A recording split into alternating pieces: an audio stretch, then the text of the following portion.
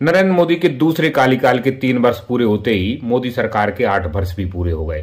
इन 8 वर्ष को पूरे भारत में भारतीय जनता पार्टी पखवाड़े के तौर पर मना रही है और इसको 5 अलग अलग बिंदुओं पर संकल्प से सिद्धि के तौर पर मनाया जा रहा है। सेवा, सुशासन, गरीब कल्याण, नवाचार और दृढ़ इच्छा शक्ति जैसे इन 5 बिंदुओं के आधार पर मनाया जा रहा है। इस पखवाड़े के तहत आज अशोकनगर की एक निजी होटल में सांसद डॉक्टर केपी यादव और जिला अध्यक्ष उमेश रघुवंशी ने पत्रकारों के बीच मोदी सरकार की 8 साल की उपलब्धियों को रखा।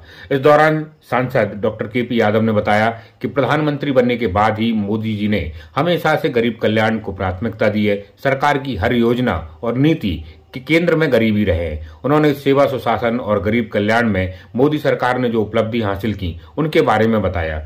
इस दौरान जिला अध्यक्ष उमेश रघुवंशी ने कहा कि 5 आधार स्तंभों के साथ हम संकल्प से सिद्धि की ओर बढ़ रहे हैं। गरीबों के उत्थान के लिए देश की सरकार इस समय कटिबद्ध है और कोरोना काल जैसे कठिन संकल्प में कई सारे नवाचार देश ने किए हैं, जिससे दुनिया भर में भारत का डंका भी बजा है। इसके अलावा स्थानीय स्तर पर भी कई सारे मुद्दों को लेकर सवाल रखे गए। डॉक्टर केपी यादव का कहना था कि कई ऐसी प्राथमिकताएं हैं जो उन्होंने अशोकनगर जिला या पूरे संसदीय क्षेत्र को लेकर संसद के माध्यम से कराई हैं। इसके अलावा उनका कहना है कि लगातार वह प्रयास कर रहे हैं कि संसदीय क्षेत्र को देश की सरकार से कुछ न कुछ मिलता रहे। हालांकि इस दौरान अशोकनगर के कई स्थानीय मुद्दे भी उठे, जिसमें अंडरब्रिज के निर्माण के अलावा गुना अशोकनगर की सड़क और दूसरी चीजें भी थी। उनका कहना है कि इन सब पर भी काम किया जा रहा है।